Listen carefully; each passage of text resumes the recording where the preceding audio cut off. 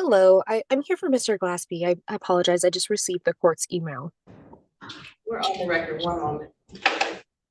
Good morning, Sydney Henderson with NDS P84839 appears on behalf of Mr. McCaskey, who is present in the courtroom today. Can you please state your full name, sir?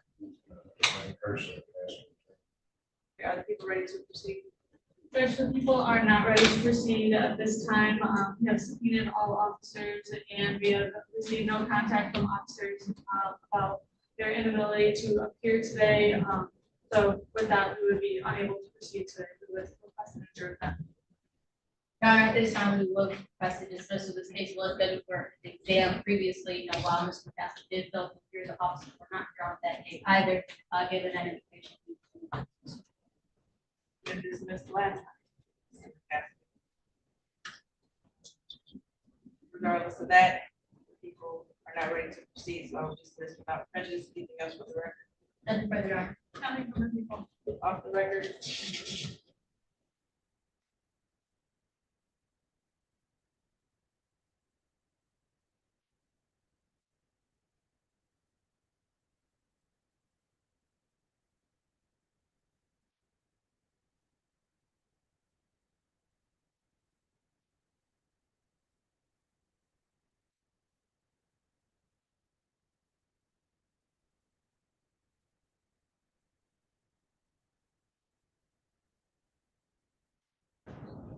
Okay, Attorney Kavanaugh, good morning.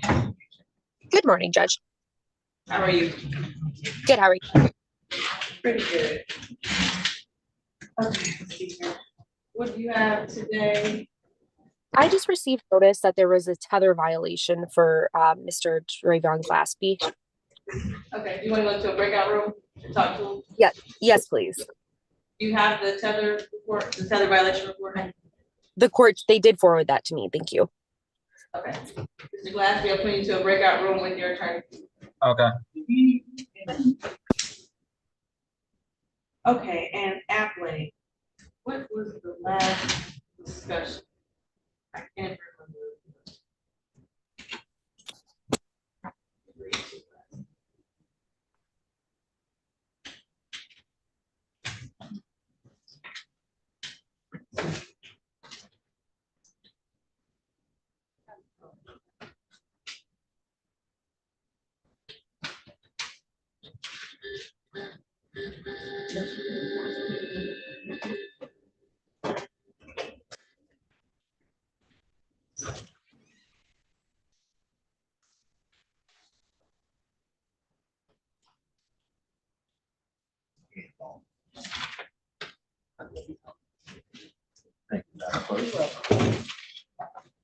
I got it.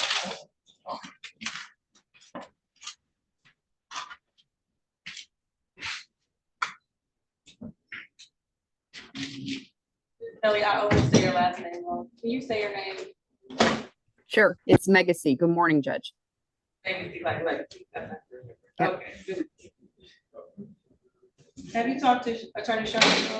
No, I haven't, Judge, and Mr. Sharg has always shown up for court, so What was our solution? I know it's just keep getting kicked down. well, we just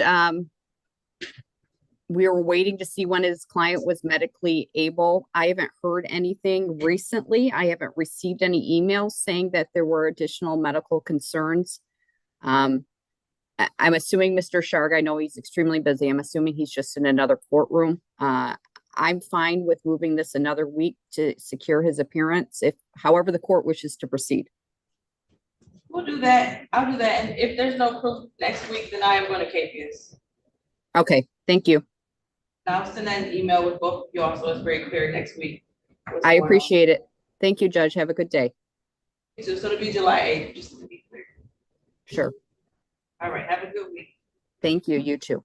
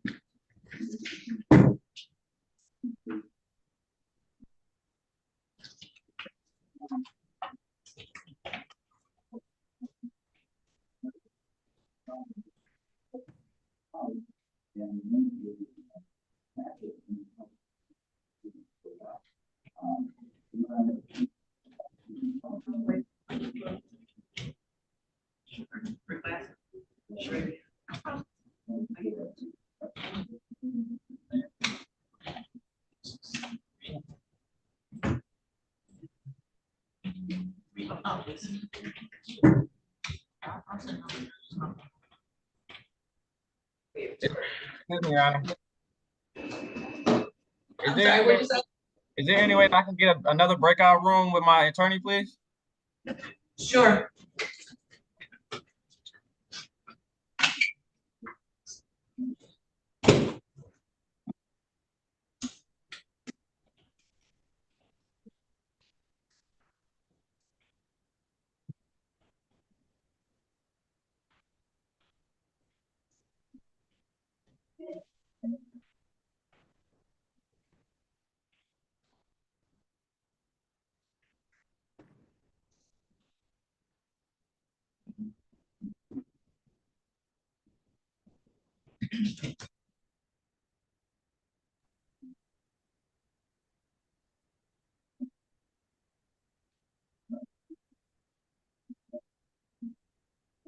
It just put me back in the main one. I tried to go in the breakout room and put me back in the court. You should see somewhere on the toolbar to be able to go back into the breakout room. It'll be room 2. Okay. There's some that I forgot to tell her that could be a name. Name.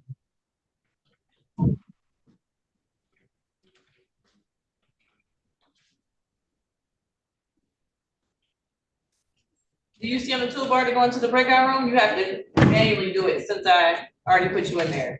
Yep, I see it.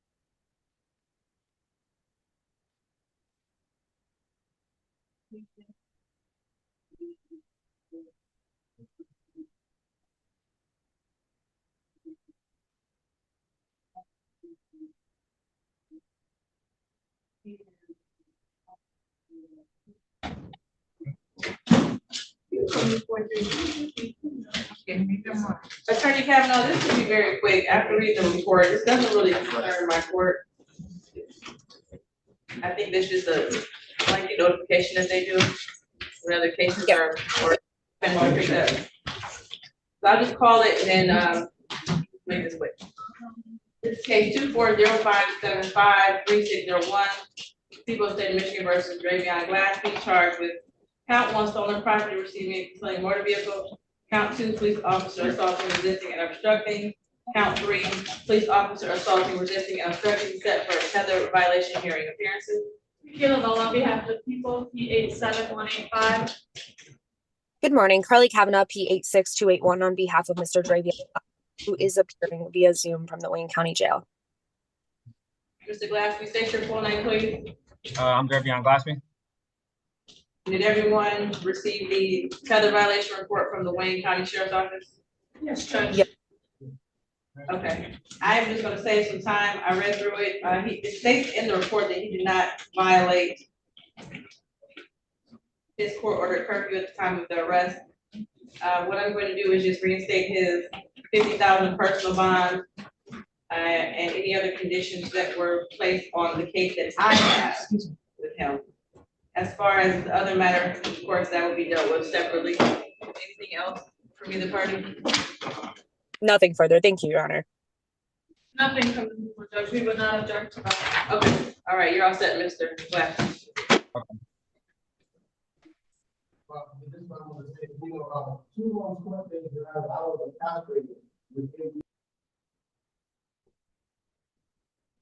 She looks familiar. Who's that?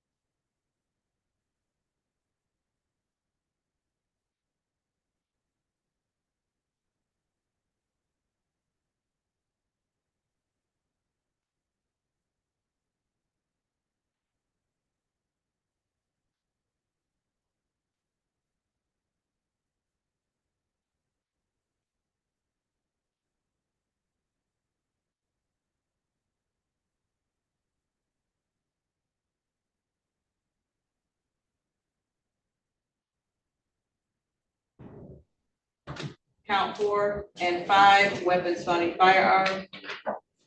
Set for an exam today with the habitual for the 30 minutes notice appearances. Good morning, Judge. Michaela Bell on behalf of the people, P 87185. Hey, good morning, Ludwig Land, P 3868 on behalf of the owner. Please stand to my right. State your full Morning, name. I'm Quentin Colombo, Quentin Hernandez, Colombo. Good morning again. Are the people ready to proceed? Good morning, Judge. The people are not ready to proceed today. We have contacted the complaining witness and she stated that she is in fact having hand surgery. That has been conveyed to us and we contacted her again at the end of last week, confirming the hand surgery. She's having hand surgery today. And so she confirmed that with us twice. So we're just asking that the people can adjourn one date so that we can have all of our necessary witnesses. Complaining witness or listening? Yes. Is it an officer? Oh, this is, okay. Yeah. Attorney Glenn? The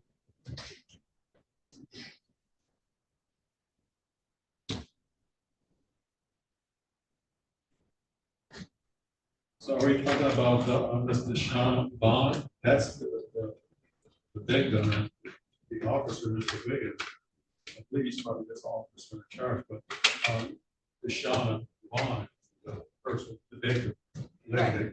And that's the person who's having surgery today? That's correct. Well, I would move to this, I don't know what type of hand surgery she's having.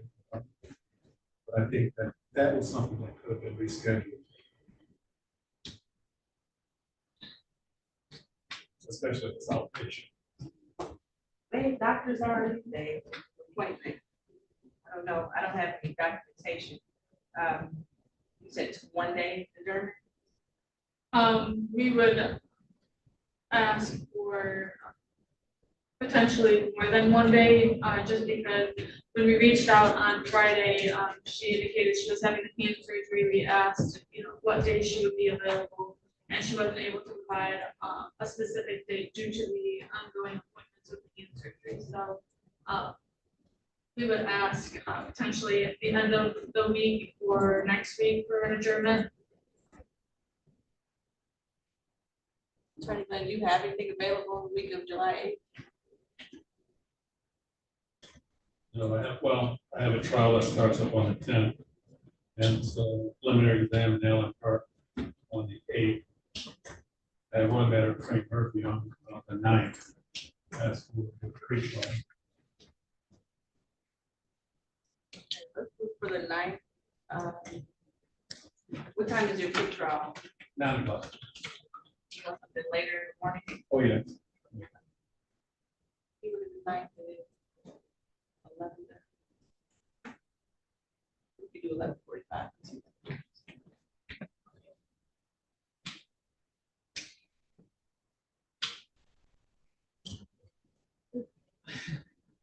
Okay, 11:45 for the night, and I find good cause, based off of the plan having to have surgery today, and she only having a few days notice. So Mr. Columber, I'll see you back here on the 9th at 11:45. My client is on Tether, and we want to address his curfew hours because he said it's interfering with his work. Doesn't even matter, if you any objection to curfew being lifted. Judge, we would ask, provide us with the curfew at the moment, we'll have that still there.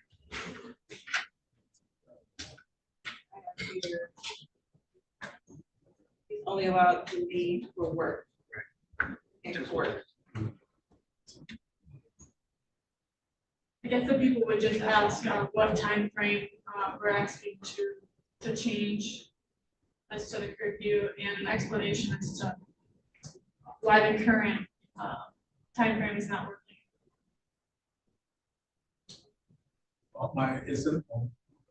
The probation, the Tether department has placed our curfew on, what's curfew? So just what's going on is the previous order was home, like you said, at work, but I'm a mobile mechanic, so I have no set place to go.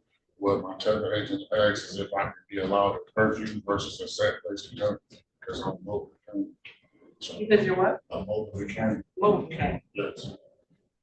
So I'm just asking for some type of time. Okay, do you object? I'm inclined to just lift the curfew. He has a tether. No objection from the people on that. Thank you. I'm filling it out now. Because you have a tether on, I don't have a problem lifting the curfew. It's very clear where you'll be, if there are any allegations, and so you contact the complainant for committing any crime. So I fill this order out. Make sure you get a copy before you leave, so you have proof if something happens, okay? You're all set. Have to see it. Oh, wait, I'll see.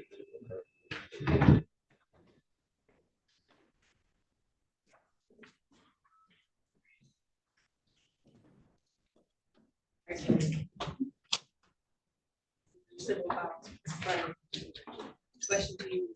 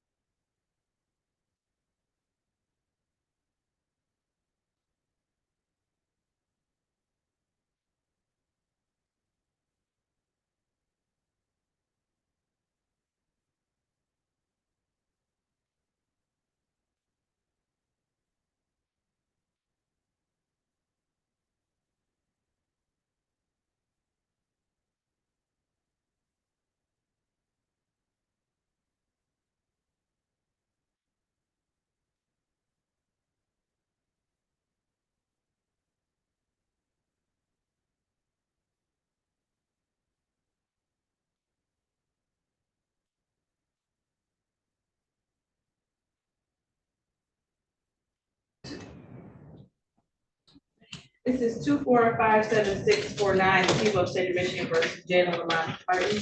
Charged with count 1, police officer assaulting, resisting, and obstructing. Count 2, police officer fleeing for vehicle code set for an exam today. Appearances. Good morning, Your Honor. Michaela Nova on behalf of the people, P 87185. And good morning, Your Honor, Attorney Jessica Warfield, P 85391 on behalf of Mr. Harden, who is present in the courtroom. Please state your full name for the record. My name is Jalen Lamont Person. Good morning again.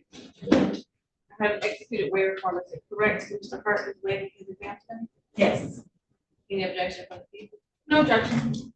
Mr. Hart, I'm going to ask you some questions. If you can't hear me, if you don't understand me, let me know, okay? Is it correct you're waiving your exam today? That is correct, Your Honor. Do you understand that you have a statutory right to a preliminary examination? I do, Your Honor. And that if you were to demand your exam today, the people would have to show at the probable cause standard that the 2 crimes I just read off were committed in Detroit, that you probably committed those crimes. You understand that? Correct, Your Honor.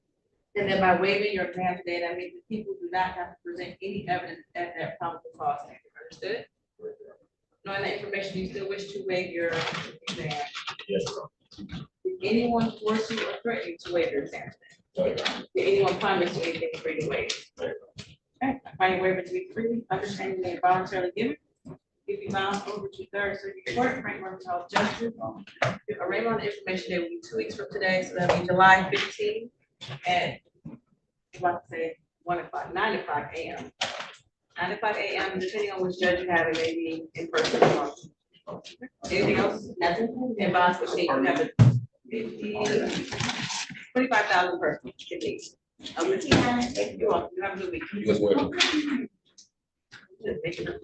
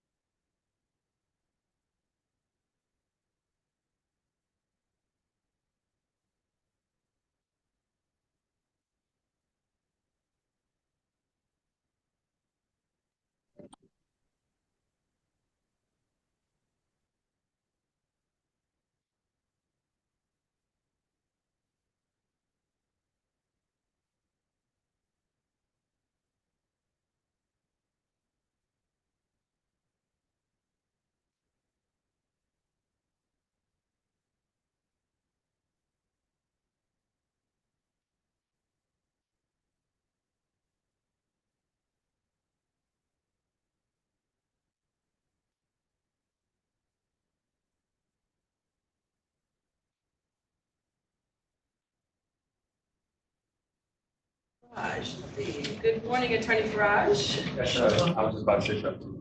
Good morning. Okay, let's see here. You have 10:15. Yes, ma'am. But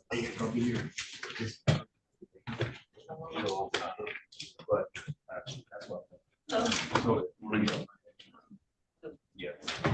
Okay, we'll just wait till your client's brought over and then we'll call your case. He's not brought, oh, he's here. He's gonna be brought upstairs. Is there a complainant? Not yet. We're gonna do it. I'll call it in 4 minutes. Okay.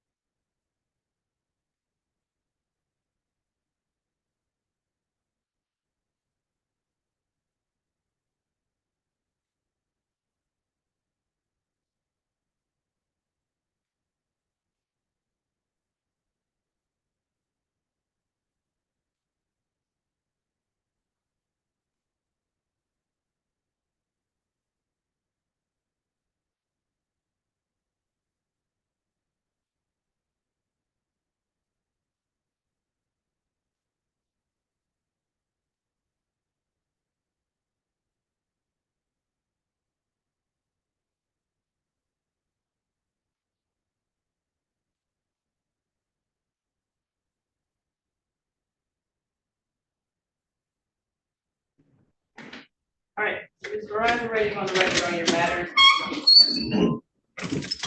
Yeah, it's first chill.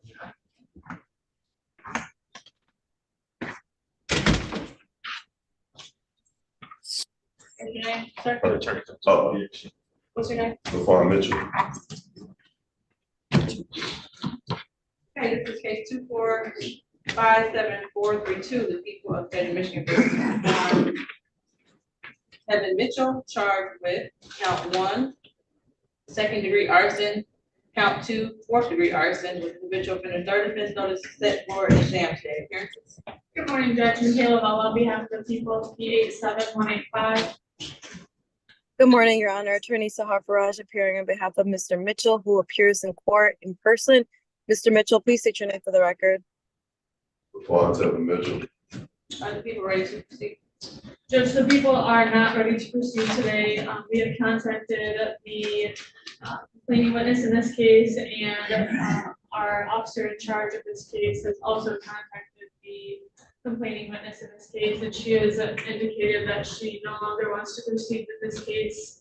And she has not appeared today in court to proceed, so people would not be prepared to proceed today. Attorney Raj, Your Honor, at this point in time, we ask that the court dismiss the complaint against Mr. Mitchell for the complainant's failure to appear. dismiss without prejudice. Anything else for the record? Nothing from the people. Nothing Okay. further. Okay, we're all set. Thank you.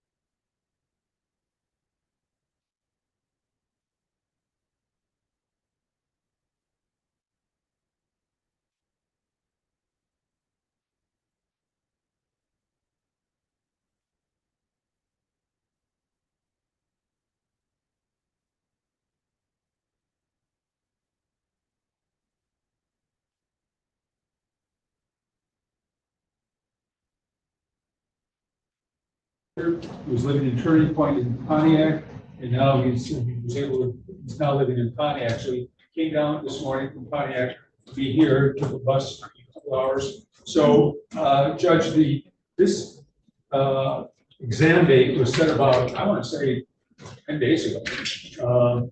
The officer knew, or probably knew, or should have known about a furlough.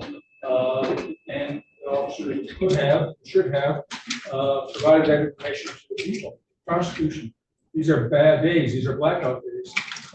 Didn't do that. So now apparently, we just found out about his unavailability as of within the last day or so. It's been adjourned previously. So I think there's I'm not saying bad faith, but negligence on the part of the officer for failing to do some due diligence to timely inform the prosecution. Or were they just notified? I mean, Or was the officer just notified of the case? well, whatever the case may be, I just find there's a remedy for the people, and that is it's not a dismissal with prejudice; it's a dismissal. If they're intent on pursuing this case, well, then they have every right to do so. I would ask for dismissal. I'm going to dismiss without prejudice. I normally don't dismiss when officers are on furlough, but to find out the information day of the exam, that's an issue between the prosecutor's office and the police department that they need to fix, as far as notification and communication with each other, to make sure that these documents aren't being clogged with cases that they're not prepared to move forward with. So I'm dismissing without prejudice. Anything else for the record? Nothing further, Judge. Thank you. Off the record.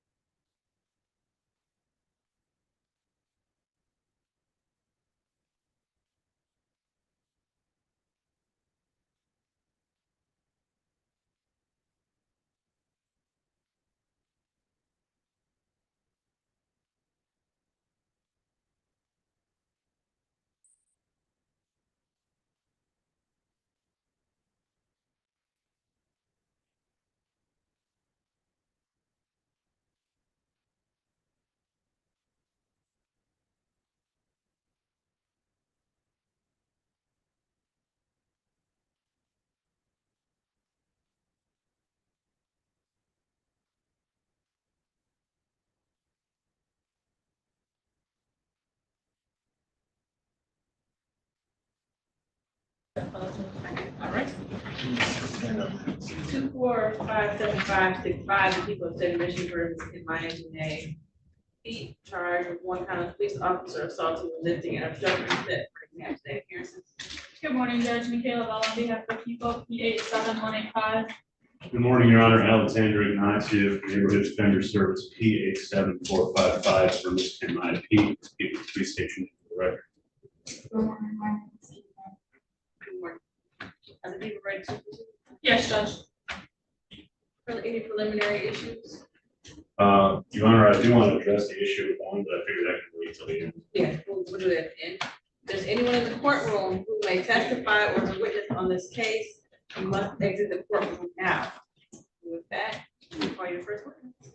1 second, Your Honor. I just want to confer with Mr. Holman. I don't think he's a witness, but. Okay.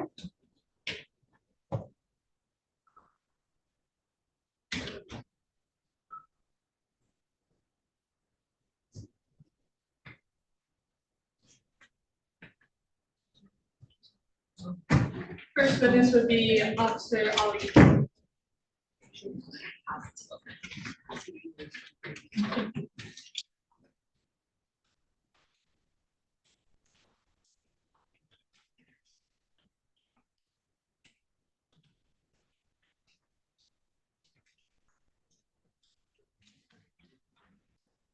This way, officer.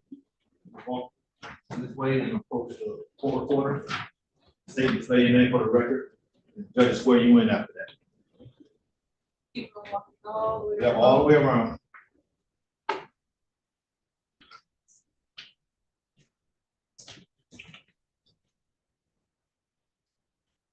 Here. Walk to the court reporter. Say your name for the record.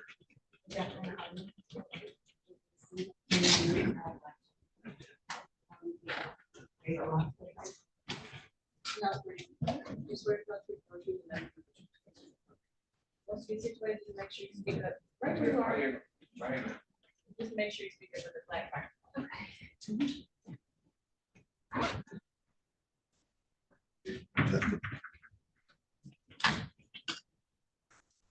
Morning, officer. Can you state your name for the record, please? Good morning, Judge Ali. And are you currently employed, officer? Yes. And where are you currently employed? In what capacity are you employed there? The officer, Okay. And for how long have you been employed there? just over 3 years. And were you employed in this capacity on June 2nd, 2024? Yes. And did you in fact work on that day? Were you by yourself or with a partner? With the partner, And who's your partner? Alicia Shambler. And were you and your partner in full or modified uniform? Both uniform. And can you describe that uniform? Dark blue has identified badges and their name, badge number. Full equipment gear. And were you on foot patrol or scout car? Scout car. And was that a fully marked scout car or semi-marked? Yes, was scout car. Fully marked scout car. And can you describe the fully marked scout car? Yes, it's white vehicle with overhead. Like. Yeah. And. And did you say that the vehicle is equipped with lights and sirens? Yes. And did your duties as a police officer take you to an area at or near 16583 Prairie Street? Yeah, Okay. And what brought you to that area? we were there twice that evening. Okay. And so on the evening of June 2nd, that is? Yes. What were you being brought there for? The first time, Sure. the defendant's family members were concerned about her mental health and well-being. They requested for us to engage in mental health petition. Objection, Your Honor. That's hearsay. Is it relevant? It's not relevant, Your Honor. We Okay, can, so we should bring it forward. Can you describe what you were there for on the second occurrence? Yes, the first time we were called there for the police run for assault and battery. Okay, and, what did you do when did you make the scene? Yes, I made the scene. And what did you do when you made the scene? Once I made the scene, the defendant's family members identified her. She was walking down the street. She was at the hospital down. She was walking towards where we were. And they said, there she is. Objection, that's hearsay, Your Honor. Your Honor, this is not hearsay, it's identification of the defendant. That would be hearsay. I think it's important, first of all, to establish who the defendant is. Right, and in doing that, the people are trying to elicit testimony as to why the officer is there. The witness keeps saying the defendant. I'm talking about as far as the witness's knowledge of. Okay, we can have the record reflect the identification of the defendant once she is able to identify her. So you encounter an individual at the location. Sustained. You encounter an individual at the location. Is that correct? And who is the individual that you encountered? Okay. Ms. P, I need you to stop speaking out loud. I can hear you. So anything that you say, if I hear you, then it's gonna be difficult for me to make a decision, because you may say some things that hurt you during this trial, or during this hearing, okay? So just, if you're gonna speak to your attorney, keep your voice low and no outbursts. And you encounter Miss Pete at the location. What can you identify where Miss Pete is sitting today in court and an article of clothing that she's wearing? Yes, she's in front of me. She's wearing a white shirt, the gold partner dress. She has her hair up into. Okay. And Your Honor, I'm gonna object. I don't believe a proper foundation has been laid for this identification of this speech. There's no basis for this officer to, right now, to identify her other than she's obviously sitting next to her attorney in this court. I remember. Oh, this objection on the floor. Judge, the people are happy to further go into laying the foundation as to the identification of the defendant, why this witness believes that this person is the defendant. Or just testimony that what happened, how did she come to see this person who's, she keeps naming as the defendant? Right, the people will elicit more testimony as to. Okay, so sustain, yeah, lay some more foundation. So you were at the location of 16583 Prairie Street. And you stated that you were at the location for assault and battery dispatch, is that correct? Okay, and you encounter several individuals. Who do you encounter at the location? I encounter Steve. I encounter the victim, Mr. Kajar. I speak with, I'm sorry, I don't have the grandfather's name listed, but I encountered him as well. There's another family member I put his name on, who's also on the porch. Okay, and so you encounter several individuals. Yeah. And how do you come to the conclusion that Miss Pete is in fact the person that you're looking for that day? The victim, Mr. Kajar, identified him. Okay. And so, were you able to come in contact with Miss Pete? Yes. Okay, and how did you come in contact with her? She approached us and we began speaking with each other. She explained the situation. Okay. Officer, I can barely hear you. Oh, I'm sorry. Okay, I'll speak up. Thank you. Can you just restate what you just said? You said you were talking about. Yeah, so how did you encounter Miss Pete? I believe you were beginning to state that she Yes. came up to you. She was walking towards us and began to explain the situation. My partner spoke with her first and then I began to speak with the victim. Okay, and so just to further lay the foundation as to the identification of the defendant, is the individual that you were talking to on June 2nd, 2024, who you identified as Miss Pete, is that individual in this courtroom today? Yes, she is. Okay, and can you state where she's sat in this courtroom, please? Yes, she is sat in front of me. She's wearing a white shirt. She has a pink scrunchie on her left wrist. She's wearing a pink scrunchie in her hair and a blue scrunchie in her and blue jeans. Your Honor, please let the record reflect the identification of the defendant. So reflective. And you, began to, tell us how you had a conversation or you were speaking with Ms. P. What did, if anything, did the defendant say to you at that time? She had explained that her and the victim had gotten into an argument, that he had taken a jacket, away from her. And she's upset about that. And she said that,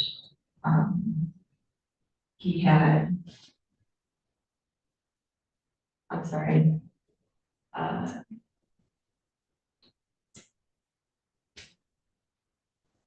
I have her statement in my report, but I don't remember exactly what she said, but some kind of contact was made between them. And then, Objection, Your Honor, relevance. And the issue between my client and Mr. Kajar is not what we're here about today. Judge, we can, redirect the witness to the testimony that we're trying to get at here. Okay, go ahead. And so you, thank you for your testimony. So you were stating that you made contact with, the defendant and she began to tell you about an instance. What happened at that point?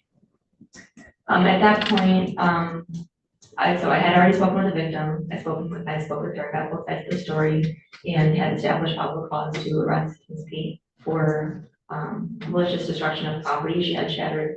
I was told by the victim and a few members that she had shattered a window. I saw. Objection, that's hearsay. You can redirect us to the necessary testimony. And so you stated that you spoke to several individuals there. You spoke to the victim and you spoke to the defendant. Yes. And you come to the conclusion that you have probable cause to arrest Ms. P for, and what is it that you're arresting her for? For assault and battery that she admitted to, and malicious destruction of property, which she admitted to. Okay. And so when you say that she admitted to those things, what do you mean by that? What did she say? I have a direct quote in my report. Okay. Would it refresh your, do you recall what that quote is? I don't remember word for word, but I have the report in front of me, but I'm not sure if I can. Would it refresh your recollection to view your report? Yes. You may review your report and look up when your memory has been refreshed.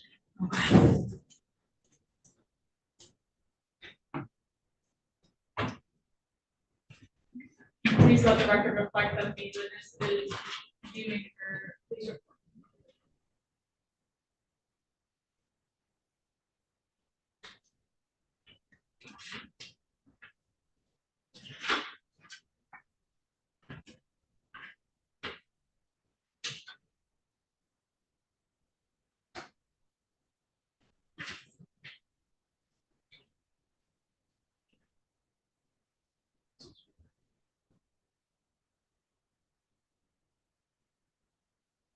Okay, I have a few quotes.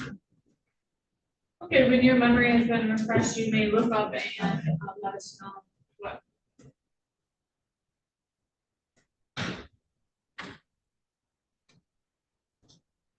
Okay. So she, the defendant had explained that she and the victim were having a conversation. He was dozing off. She felt, or I can't say that. He was dozing off. She said, I threw something at him. And she said, sorry. There's a swear word in here. I picked up my food and threw it at that bitch.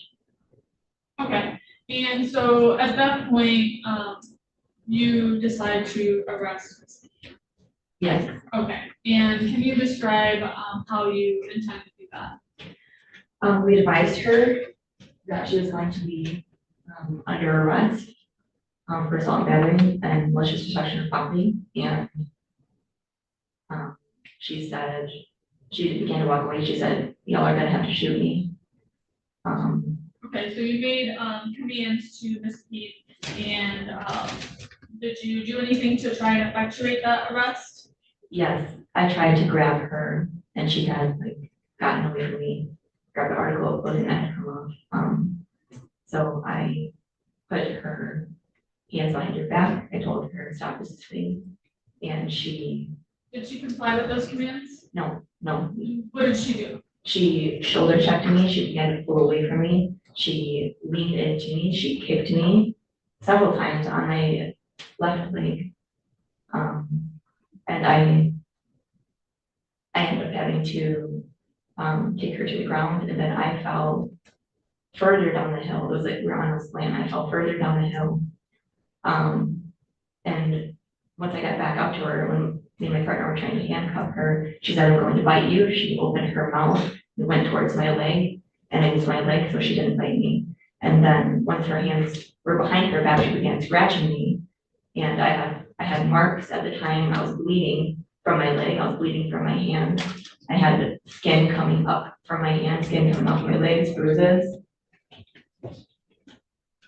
Okay, thank you. Were you able to ever get Miss P under arrest? Yes, Were you able to handcuff her at some point? yes, And you stated a number of things, you made commands and she was not complying with those. Was your partner there at the time at all? yes, she was there, and I was the one to have, like, to do the handcuffing. So that's why when my hands were like intermingled with hers, she was like able to scratch me. So my partner was just aiding and holding her arm, Okay. not her. And what, if anything, happened after she was arrested? Miss P, that is. We had walked her to the scout car, and she, a different scout had picked her up because I had used force on this P. And she was arrested for assault battery, malicious destruction of property. No further questions for this witness. Thank you, Your Honor. Officer Ali, I'm a little confused. It sounds to me like you're describing both your first encounter and the second encounter at that address on the 2nd of June. I guess we got a little sidetracked because I objected and court sustained my objection. But you actually went there twice. Yes. Okay. And the first time you did not arrest this. No. The first time were your body worn cameras turned on or turned off? Miss Pete had requested that we turn off our body cameras. It is in Detroit's police policy. When we were inside of someone's house without a warrant, where they have a reasonable expectation of privacy, they ask for the body worn camera to be turned off. That we do. She asked. Then we turned them off. And that was on the first one? That was on the first one, yeah. Yeah, and the second one, your cameras were on? Yes. Okay. We were never inside the home. Okay. Well, at some point we were, but when speaking with her and the victim. And you spoke with Mr. Kajar at the door of the house? Yes. Okay, and that, I've seen that video. It's about a minute, 45 seconds long. Does that sound about right? All that conversation? I don't recall how long it was, how many minutes and seconds it was. But it wasn't a long conversation with Mr. Kajar, was it? Probably not too long.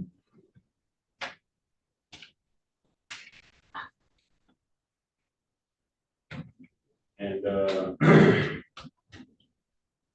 first time you went there, you at what point did you all decide to leave? We were there for a long time. I don't have the moment of arrival and moment of when we had left the location. But we were there for a long time speaking with her. And then you left, and how long was it before you had to come back?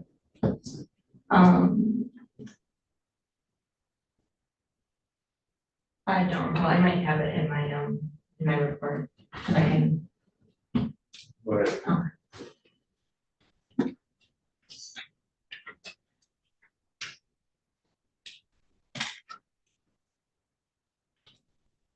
Okay. The first time we were there at 2:15, the next one was road 6 and location.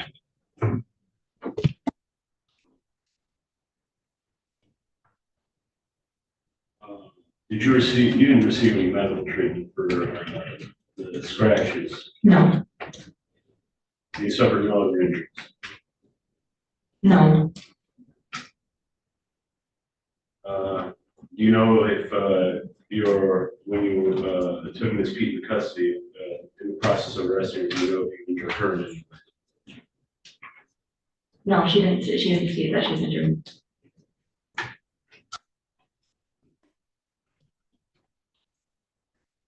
One moment, Your Honor.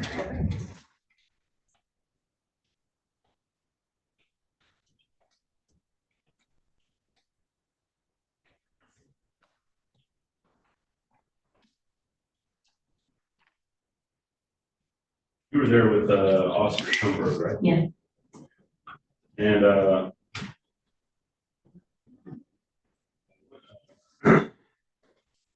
how tall was he?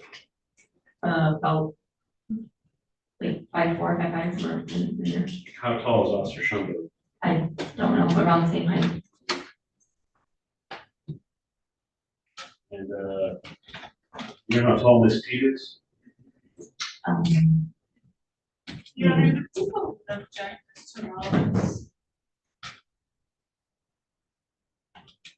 You're gonna ask the question. You can't really ask. No,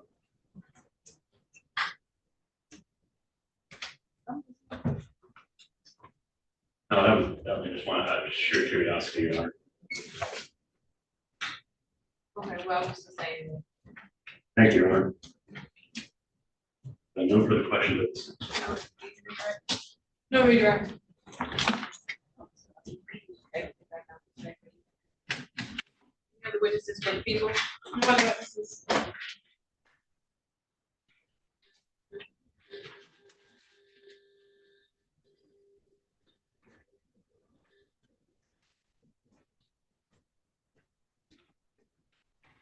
Any defense witnesses? No, Your Honor. It could be an eyewitness, so. And the people wish to bind over as to all charges in this case and reserve our argument for rebuttal.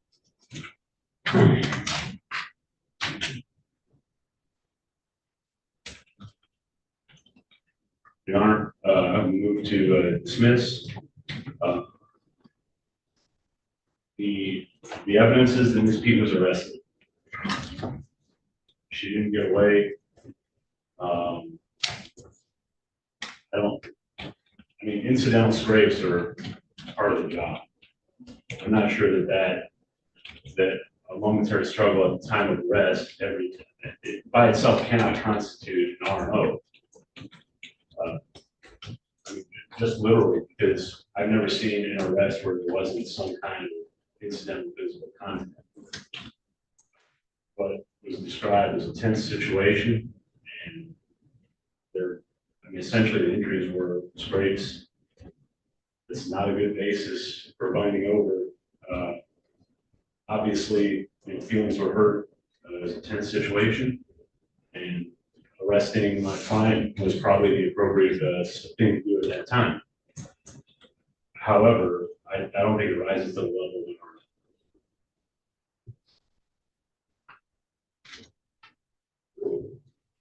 And the people would kindly like to address the fact that the injury regarding the officer is irrelevant to this case.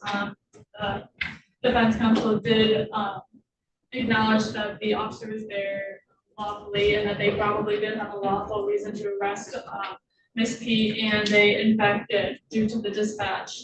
The only thing that's required for an R&O resisting, obstructing police officer is that the defendant assaulted, battered, wounded, resisted, obstructed, opposed, or endangered the complainant who's a police officer. And here, Judge, it's clear the testimony that the officer was arresting the defendant. She was making several commands. She was putting her hands behind her back, and the defendant did nothing but resist that. She in fact tried to bite the officer. She began kicking the officer. She scratched the officer. And there's no doubt that the defendant knew or had reason to know that the officer, Ms. Ali, was a police officer because she was, as she testified, in fully marked scout car and in full uniform, her and her partner. And as the defense counsel acknowledged that she was, the witness was in fact at the property for a lawful means, and she was partaking in a lawful arrest at the time. People wish to bind over. I am gonna bind over. I believe there's sufficient evidence. I believe this is more than incidental contact that was described. Officer Ali testified that she was shoulder checked, kicked several times, pushed by the defendant, and even threatened to be bitten. She was rolling down the hill at one point, trying to arrest the defendant. I think there's a question as to whether the defendant knew or had reason to know that Officer Ali was a police officer for the police. And third element, Officer Ali said that she gave the defendant a lawful command to stop resisting, was making a lawful arrest based on her investigation for assault and battery, and was trying to perform a lawful act. So with that, Ms. Pete, you will be bound over. I know you went to address bond.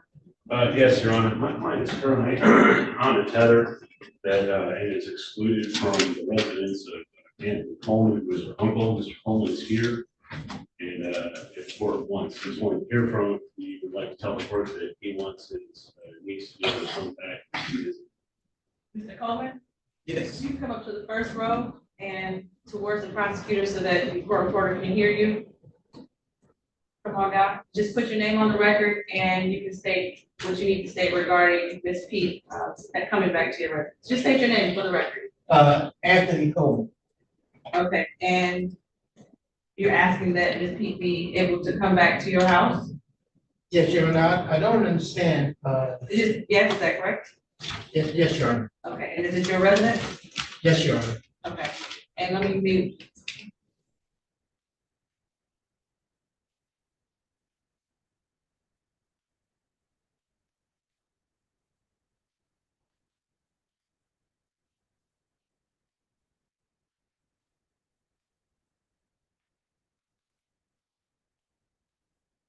I didn't want to cut you off, but I don't want to get into the merits of the case. I understand. So I will allow you, Ms. Pete, to go back to the residence on Prairie Street. I mean, as far as we remove the tether for that purpose, Your Honor? Yes. Okay, thank you. And over the objection of the people? No objection as to Okay. the one that coming. Okay, Thank you. you're welcome. And Ms. Pete? Your shirt. When you show up to court, you put on a full shirt next time, okay? Okay. I know, that's why I didn't make a big.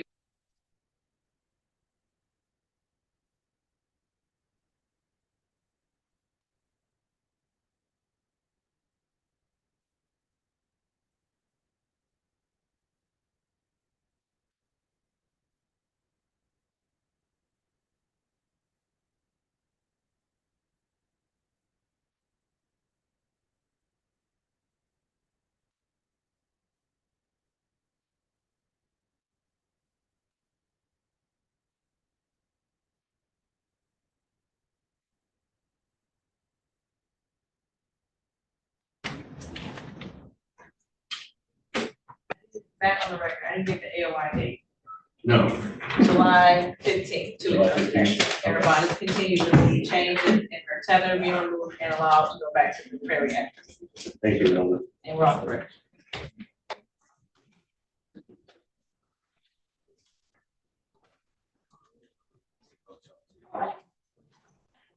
Judge, do you mind if I step out real quick before the next meeting?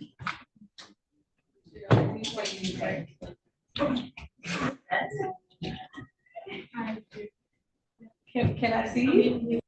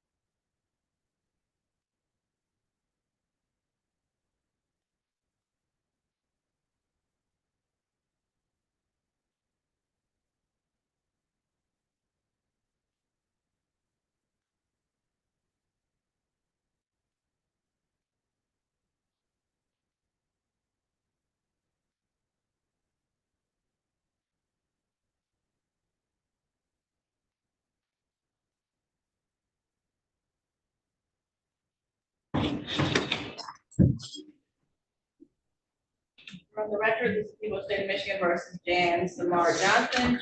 Case 2457770. Mr. Johnson is charged with count 1, robbery armed, count 2, attempted larceny from the person, with conviction for the second offense notice set for an exam today. Appearances. Good morning, Your Honor. Barr and Associate on behalf of the people, P 67104. And Charlotte Birchman from the Neighborhood Defender Service, P number 86740 on behalf of Mr. Johnson. Mr. Johnson, could you say your name for the record? James Moore Johnson.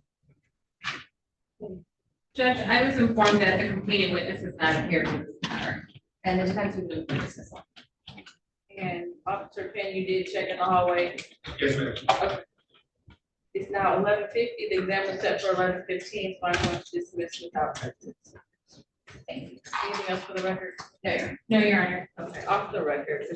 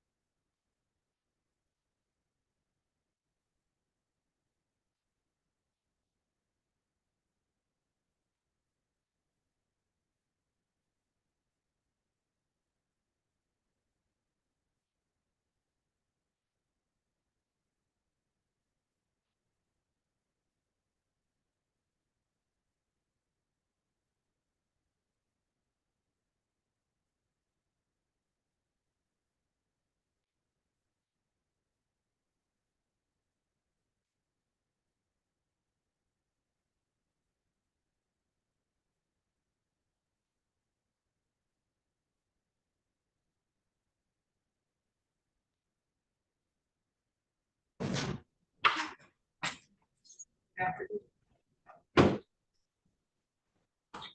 this is 2456428, the people of the state of Michigan versus Kenneth Gerard Stevenson, charged with count 1, assault with intent to murder, count 2, assault with intent to do great bodily harm less than murder or by strangulation, count 3, assault with a dangerous weapon, count 4, weapons, firearms, possession by felon, count 5, weapons, firearms, second offense notice, count 6, 7, and 8, weapons, felony firearms, second offense notice with habitual offender fourth offense notice set for exam. Good morning, Your Honor. Lauren Nerssessian on behalf of the people, P 67104. And good afternoon again, Your Honor. Coral Watt, hearing on behalf of Mr. Stevenson, P 41508. And Mr. Stevenson, state your full name, please. Is it correct, Mr. Stevenson is waiving his exam today? Yes, Your Honor. I've had an opportunity to speak to the prosecutor. The complaining witness is present in the courthouse and ready to testify. I've had an opportunity to speak to Mr. Stevenson regarding his right to a preliminary examination, and he is electing to waive his exam. No objection, correct? No objection, Your Honor. I will, yes, Ms. McKinney is here. She is in fact, they're the only members for support also. Okay, Mr. Stevenson, I'm going to ask you some questions. If you can't hear me, if you don't understand me, let me know, okay? You have to verbally respond to this. Okay. You understand that you have a statutory right to a preliminary examination?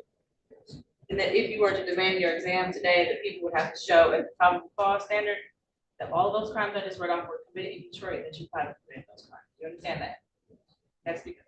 Yes. And then by waiving your exam today, that means that people do not have to present any evidence at the probable cause standard. Understood? Knowing that information, do you still wish to waive your exam? Did anyone force you or threaten you to waive your exam? Did anyone promise you? Okay, I find waiver to be freely, understandingly, and voluntarily given. Does the body to be addressed at all before I do the binary date or AOI date? Your Honor, was there a DSU report completed? Will the court order a defendant screening unit report so that I can address mine? Yes, I've ordered this report. Should be ready by the time he has his AOI, which would be July 8th. Okay. Bonds continue at the time. Thank you. Thank you. Off the record.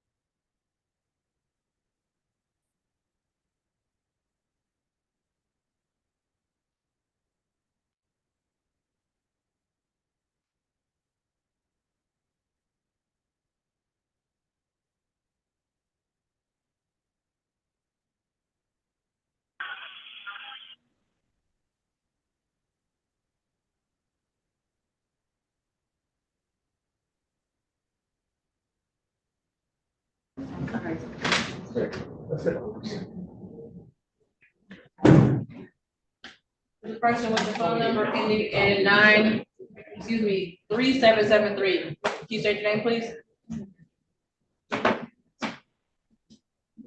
Jose Jackson. Jose Jackson? Yes. Okay. You are calling in for your case that you had at 8:30 today, I'm assuming? Yes. I was at work and I tried to do it earlier, but they had put me in they had put me in there earlier when they did it. It went off, so I had to call back, and I've been sitting in here waiting. Yeah, we've been on the record. That's why I haven't addressed you. Your court date, let me get it for you. You said who? 1 second. It's July 16th at 9:30. You said July 16th at 9:30? Yes, it'll be in person at 36th District Court. Okay? Okay. But I have another one of those on that I got on my paper that says July 16th too. Nope, just come on the, well, yeah, 16th at 9:30. Yeah, Yep. Your attorney said that date today. Okay. You're all set. Okay. Yeah, thank you.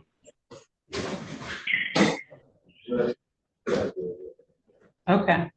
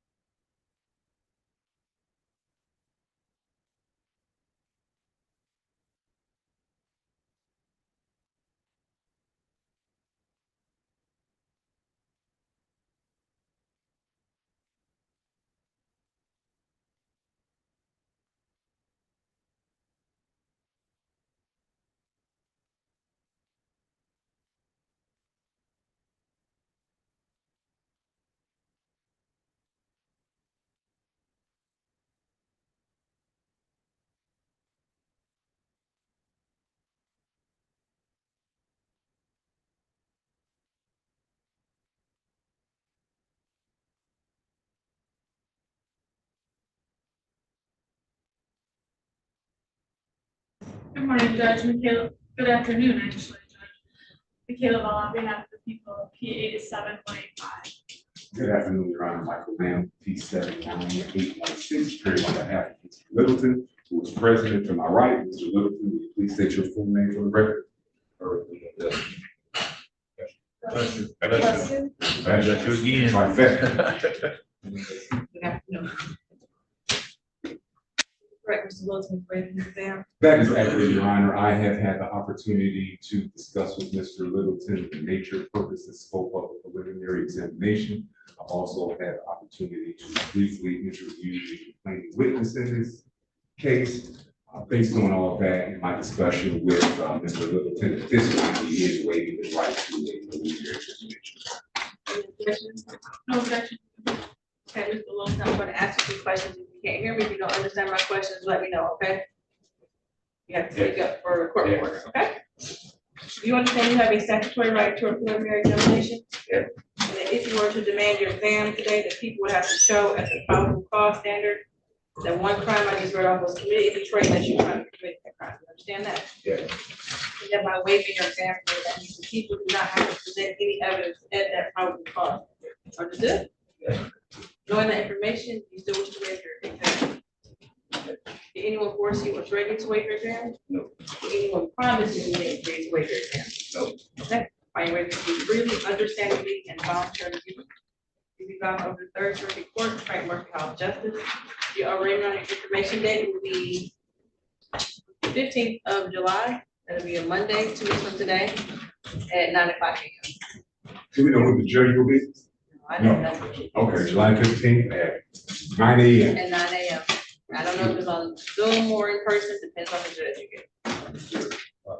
Anything else for the record? Nothing from the legal. Nothing, Your Honor. Well, Is the alcohol tether? Mr. Littleton does have an alcohol tether. Given the charges, though, I mean, I understand the rationale for the tether. I would note, though, that it's my understanding that Mr. Littleton hasn't had any violations. He's had the tether on some nearly 3 weeks. Good. Yeah. I know that it is a financial burden for Mr. Littleton. I don't know his testing frequency. How often are you testing, sir? Or it's not, you're not testing. They're just monitoring your alcohol. Okay, well. Part of me wants to ask that you consider taking it off. Yeah, everybody laughing at that request. Any objection from the people? Yes. Yes. Yeah, I object as well. I think it's important at this time. It may help you later on down the road on your case too, to show that you have been testing negative throughout this process. Can't guarantee anything, but I think it's helping you. Keep that on. All right. Anything else for the record? Nothing from the legal. Nothing, Your Honor. You all have a good day. Thank you. Have a wonderful day.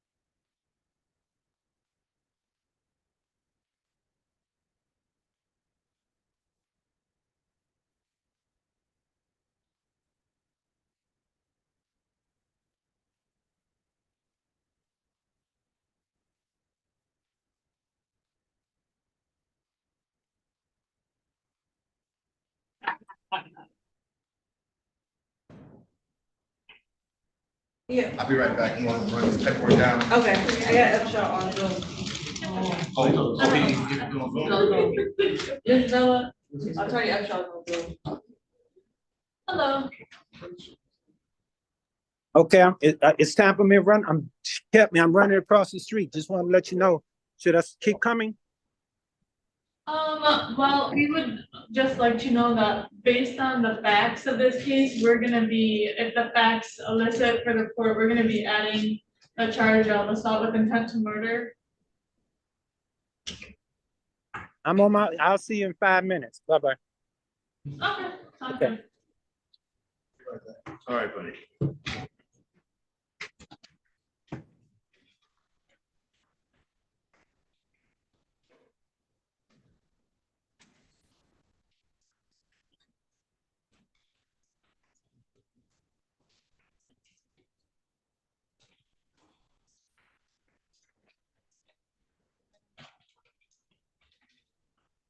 Are you serious?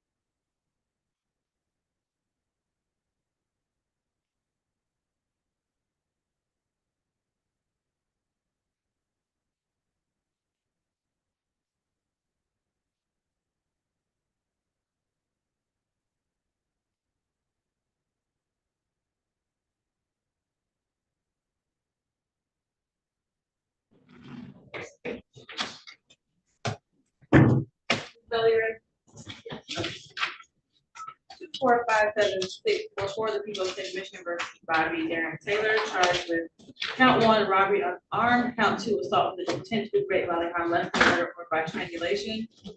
The bishop and her second has set for example. Caleb, all on behalf of the people, P87-184-25. And granted, South Shop P number 43574, we have Mr. Taylor, state your name, sir. Bobby Taylor. Your Honor, I have advised my client his rights to have an exam, he's explained the rules, regulations, and everything about an exam. He's willing to give that right and he's not bound to serve. Is that correct? Yes, ma'am. Any objection from the people? You would not object. Okay, Mr. Taylor, Yes, you ma'am. understand that you have a statutory right to a preliminary examination? Yes, ma'am.